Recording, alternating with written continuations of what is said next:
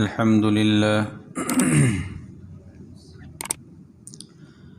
الحمد لله نحمده ونستعينه ونستغفره ونؤمن به ونتوكل عليه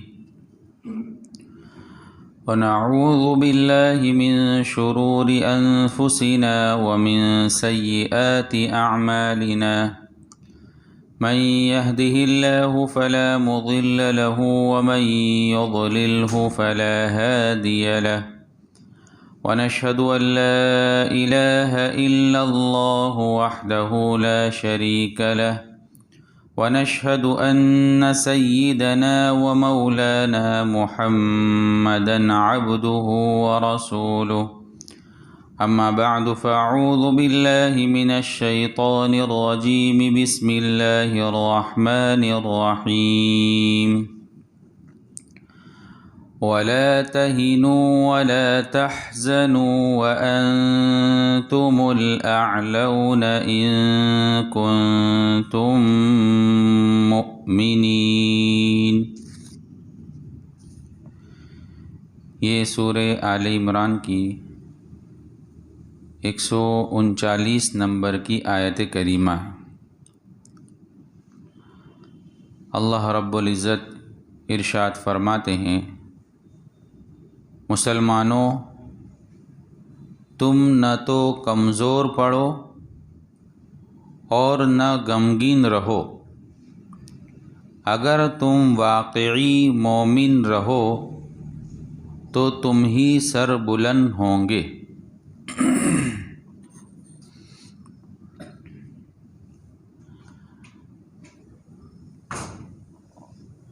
جنگ احد کے متعلق کچھ باتیں چل رہی تھیں۔ جنگ احد کا پس منظر، جنگ احد میں ہونے والا واقعہ، اللہ رب العزت نے اس میں ہونے والے حالات کی طرف اس میں اشارہ فرمایا۔ جنگ احد میں جو ہوا تھا کہ اللہ کے رسول صلی اللہ علیہ وسلم نے ایک دستے کو، ایک جماعت کی ٹکڑی کو ایک پہاڑ کے ٹیلے پر جو احد کے سامنے تھا وہاں قائم کیا تھا، اور ان کو تاکید کی کہ یہاں سے جب تک میں نہ کہوں تم نہ ہٹنا۔ اور ابتدا میں، شروع میں اللہ رب العزت نے مسلمانوں کو فتح عطا فرمائی اور مسلمانوں کی جیت ہوئی۔ پھر بھاگتے ہوئے کافروں کو دیکھ کر وہ ٹیلے کے مسلمان صحابہ، انہوں نے دیکھا کہ اب گویا جنگ ختم ہو چکی ہے اور کافر لوگ بھاگ رہے ہیں تو ان کا پیچھا کرنا چاہیے، تو ٹیلے پر سے اتر گئے اور اس طرف سے کافروں نے دوبارہ حملہ کیا اور مسلمانوں کو پھر کچھ شکست حاصل ہوئی۔ اس وقت جو حالات تھے اس کے اندر مسلمان ایک تو غمگین تھے، ان کو افسوس تھا اس بات کا کہ ہم نے اللہ کے رسول صلی اللہ علیہ وسلم کی بات نہیں مانی، اور دوسرا غم یہ تھا کہ اب آئندہ مسلمانوں کے لیے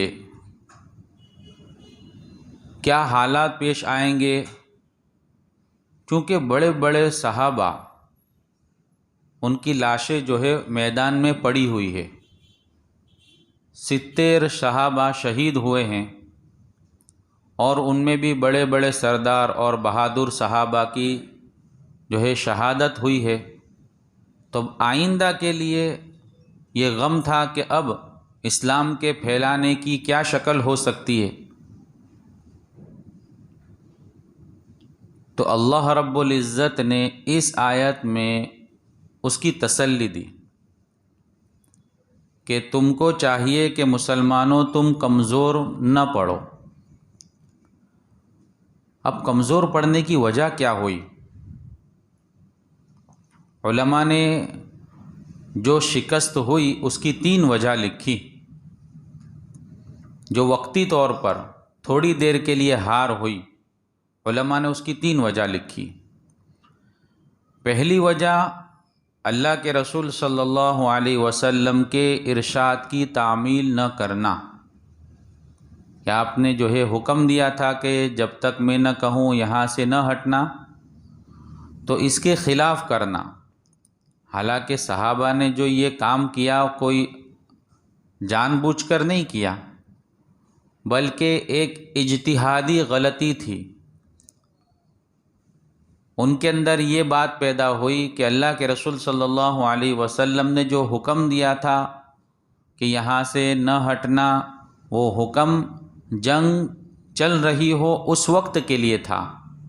اب چونکہ کافر لوگ بھاگ رہے ہیں تو اب یہاں ٹھہرنے کی ضرورت نہیں ہے، یہ اجتہادی غلطی، اس وجہ سے وہ ٹیلے سے اترے۔ دوسری وجہ کہ حضور صلی اللہ علیہ وسلم کے قتل کی افواہ دشمنوں نے پھیلا دی تھی۔ یہ افواہ پھیل گئی کہ نعوذ باللہ اللہ کے رسول صلی اللہ علیہ وسلم شہید ہو گئے۔ تو اس افواہ کے پھیلنے کی وجہ سے صحابہ کے قلوب کمزور ہو گئے کہ اب کیا ہوگا کہ اللہ کے رسول صلی اللہ علیہ وسلم دنیا میں نہ رہے۔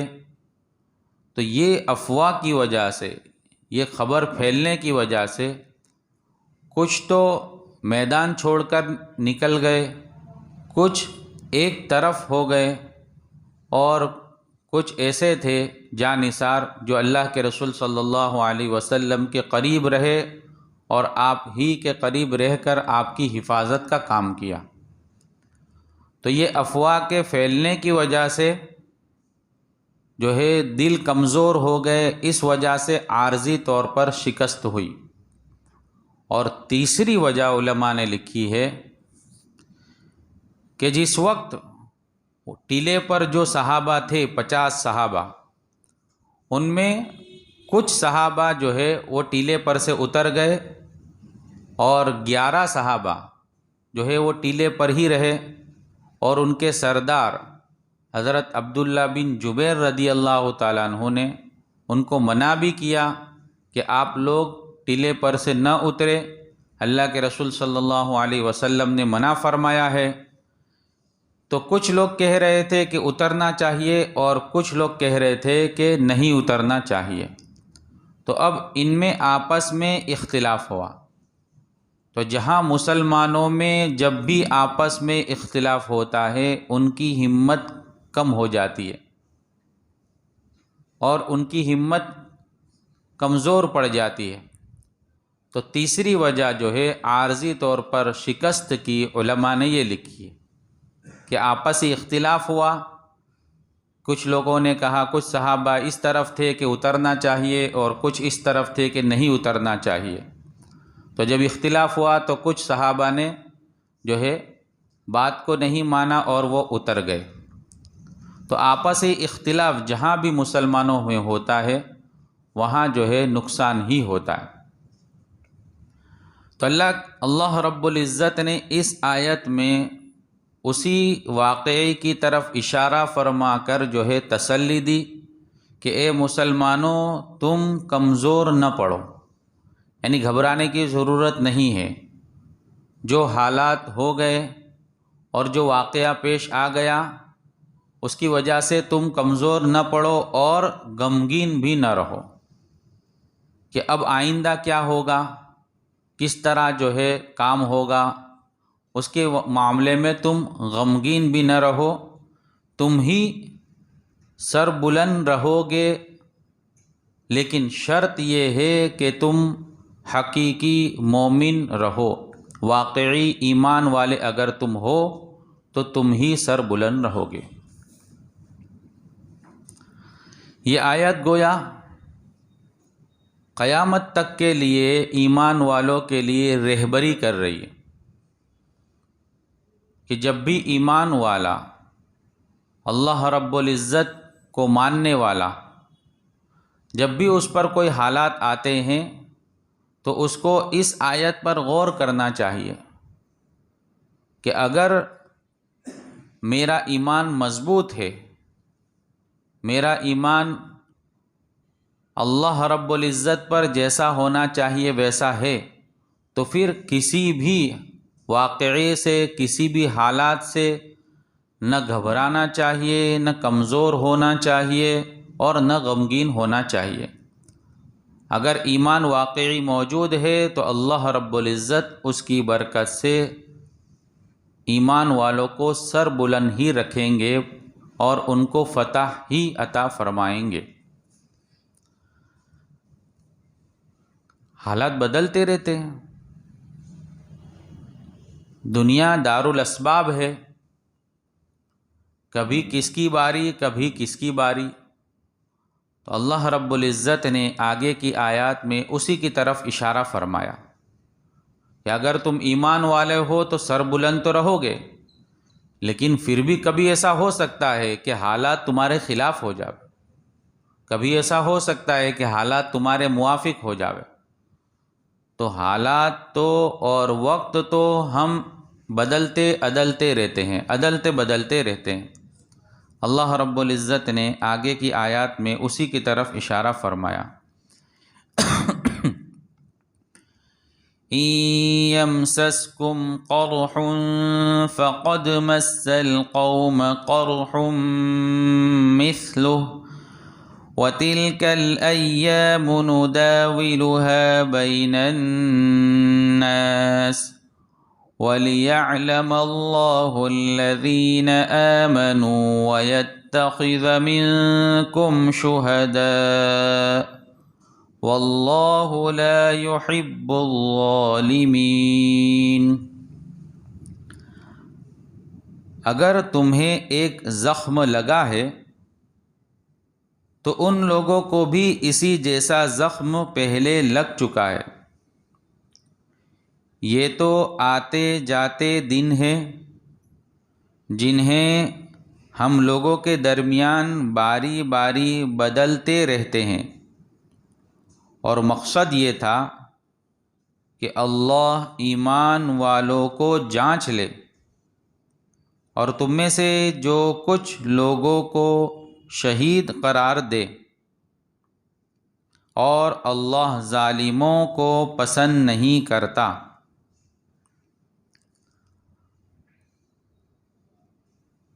اس کے اندر بدر کی طرف اشارہ فرمایا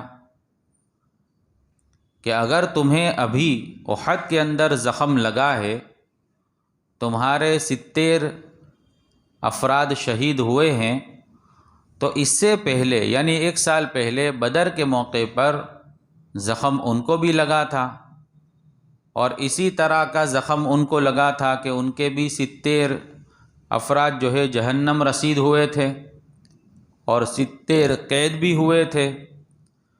تو اللہ فرماتے ہیں کہ یہ تو ایام جو ہے عدلتے بدلتے رہتے ہیں، کبھی ان کی باری کبھی تمہاری باری، لیکن یہ اللہ نے کیوں کیا، اس کے اندر کیا حکمتیں ہیں، اللہ رب العزت نے خود اس آیت میں بھی اور آگے کی آیات میں بھی اس کی حکمتیں بیان فرمائی کہ ہم نے ایسا کیوں کیا۔ تو اللہ رب العزت نے اس آیت میں پہلی حکمت یہ بیان کی اور اس کا مقصد یہ بیان کیا کہ اللہ ایمان والوں کو جانچ لیوے۔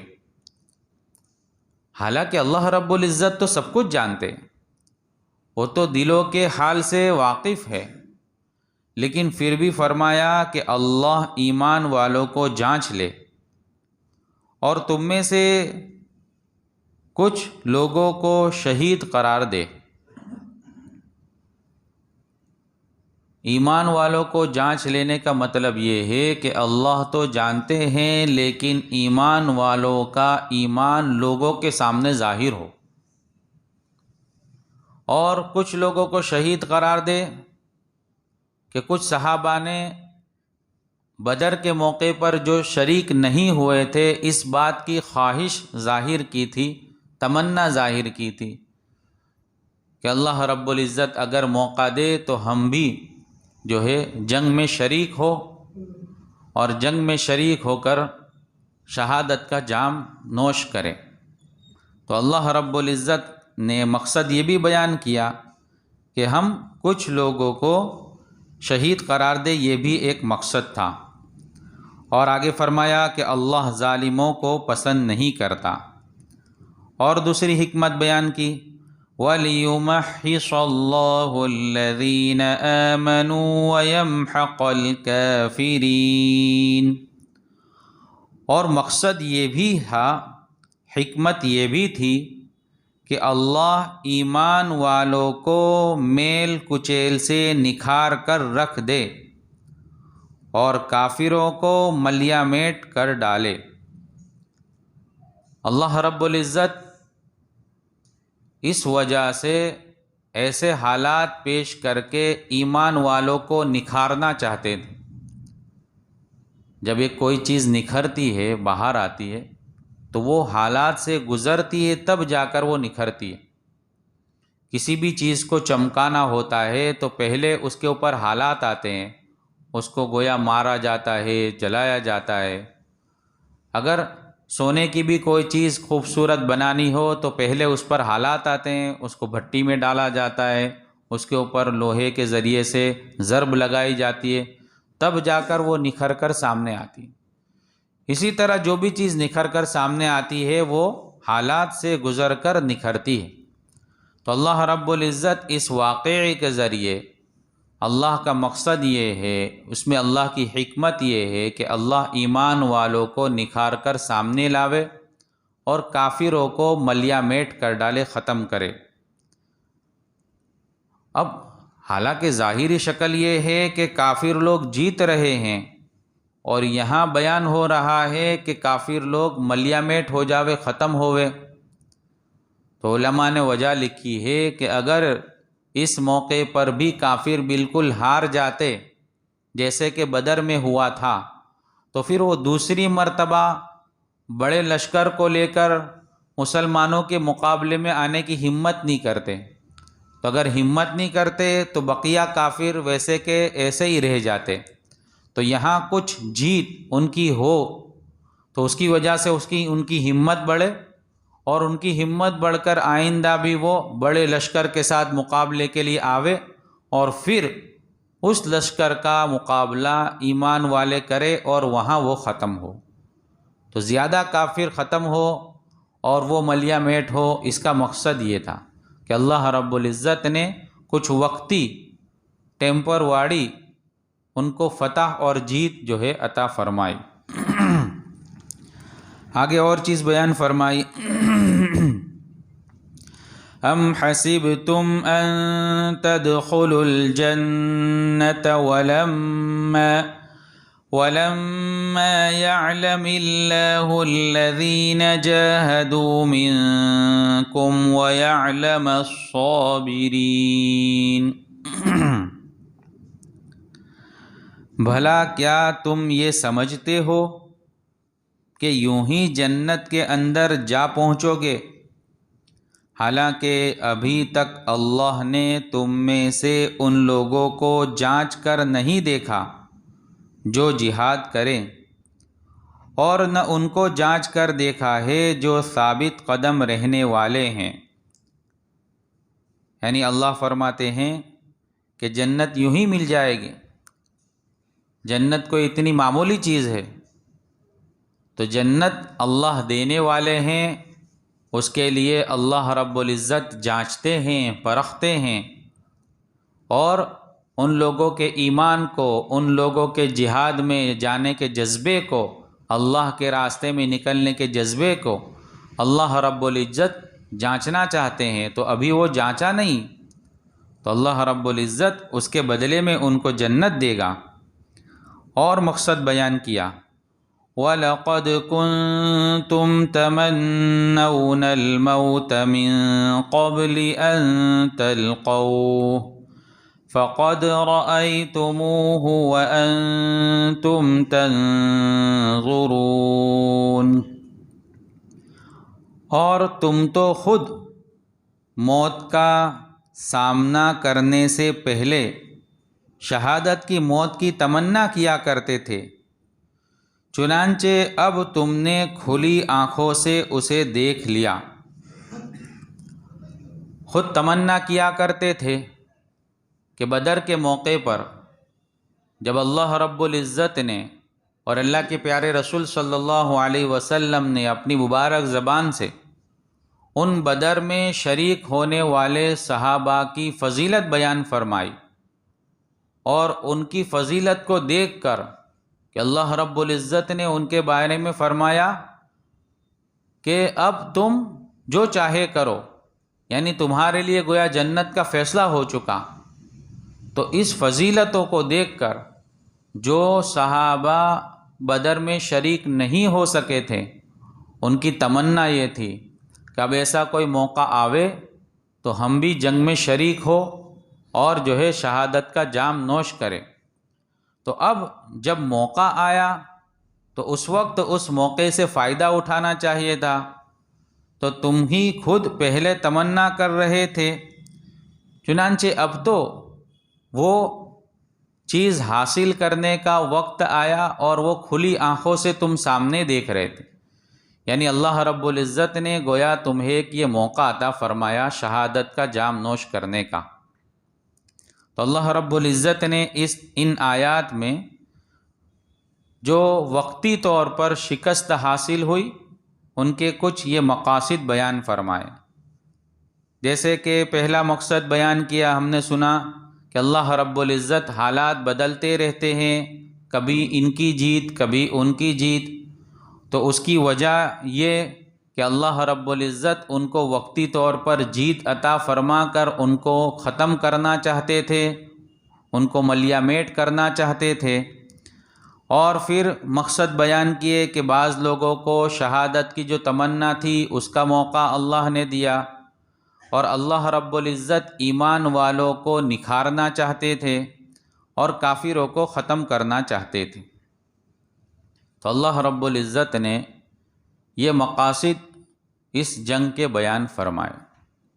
بہت سی مرتبہ آدمی تمنا کرتا ہے کہ میری یہ تمنا ہے، یہ خواہش ہے، تو اگر وہ تمنا پورا کرنے کا موقع ملے تو آدمی اس کو ضرور پورا کرتا ہے کہ یہ تو میری خواہش ہی تھی، یہ میری تمنا تھی، تو موقع ملنے پر اس کو ضرور پورا کرنے کی کوشش کرتا ہے۔ ایک لطیفہ لکھا ہے، ایک مختصر سا سنا دے کہ ایک حاجی صاحب تھے، وہ دعا کیا کرتے تھے کہ اللہ مجھے جو ہے مدینہ کی موت عطا فرما تاکہ میں جنت البقیع میں دفن ہوں۔ دعا کیا کرتے تھے۔ حج کا موقع آیا، حج میں گئے، اب مدینہ پہنچے، وہاں بیمار ہو گئے۔ تو بیمار ہو گئے تو ان کے دوست لوگ ان کی عیادت کے لیے پہنچے، ان کی خیر خبر کے لیے پہنچے، اور پھر ان کو خوشخبری دینے لگے کہ بھائی صاحب تم جو دعا کیا کرتے تھے کہ اللہ مدینہ کی موت عطا فرماوے اور جنت البقیع میں دفن ہونا نصیب ہو، تو تمہاری دعا تو قبول ہو گئی، ایسا لگ رہا ہے، اب قریب ہے کہ تم جانے والے ہو۔ تو بھائی صاحب کہنے لگے کہ نہیں میں نے یوں نہیں کہا تھا کہ یہ سفر میں، اس کے بعد دوسرا سفر کبھی ہو تب نہیں کہ۔ تو ایسا وہ تمنا کرتا ہے آدمی، اور جب اس کے پورا ہونے کا موقع آتا ہے تو اس سے خوش ہونا چاہیے کہ چلو پورا ہونے کا موقع آیا، لیکن اس وقت جو ہے آدمی پیچھے ہٹتا ہے۔ اللہ رب العزت ہمیں سمجھنے کی عمل کی توفیق عطا فرمائے۔ بسم اللہ الرحمن الرحیم۔ سبحانک اللہم وبحمدک وتبارک اسمک وتعالی جدک ولا الہ غیرک۔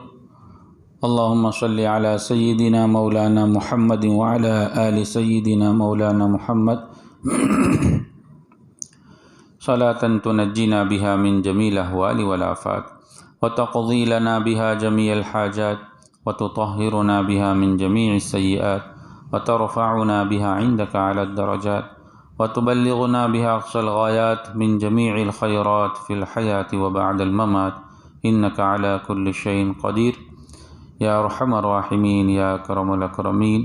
یا اللہ ہم تمام کے گناہوں کو معاف فرما، یا اللہ تمام کی خطاؤں سے درگزر فرما، یا اللہ اپنی اطاعت والی زندگی نصیب فرما، نافرمانی والی زندگی سے حفاظت فرما۔ یا اللہ ایسے کاموں کے کرنے کی توفیق عطا فرما جس سے تو راضی ہوتا ہے، یا اللہ ایسے کاموں سے حفاظت فرما جس سے تو ناراض ہوتا ہے۔ یا اللہ پوری امت کی حفاظت فرما، پوری امت کی حفاظت فرما، امت مسلمہ کے حال پر رحم فرما، امت مسلمہ کی جان کی، مال کی، عزت کی، آبرو کی، اعمال کی، ایمان کی، ہر چیز کی حفاظت فرما، اپنے فضل سے اپنے کرم سے حفاظت فرما۔ یا اللہ اس ملک میں امن و امان قائم فرما، ہر ایک قوم کو ایک دوسرے کی رواداری نصیب فرما، ایک دوسرے کے حقوق کی ادائیگی کی توفیق عطا فرما، آپسی محبت نصیب فرما۔ یا اللہ جو اپنے مقاصد، غلط مقاصد کو پورا کرنا چاہتے ہیں، یا اللہ فتنہ پھیلانا چاہتے ہیں، یا اللہ ان سے پوری حفاظت فرما۔ یا اللہ اپنے فضل سے حفاظت فرما، یا اللہ اپنے فضل سے حفاظت فرما۔ یا اللہ حرمین شریفین کی حفاظت فرما، یا اللہ مسجد اقصیٰ کی حفاظت فرما۔ یا اللہ پورے دنیا میں جہاں کہیں بھی یا اللہ مساجد ہے، مکاتب ہے، خانقاہیں ہیں، یا اللہ دینی تبلیغی مراکز ہے، ہر ایک کی حفاظت فرما، اپنے فضل سے حفاظت فرما، کام کرنے والوں کی حفاظت فرما، کام کی حفاظت فرما۔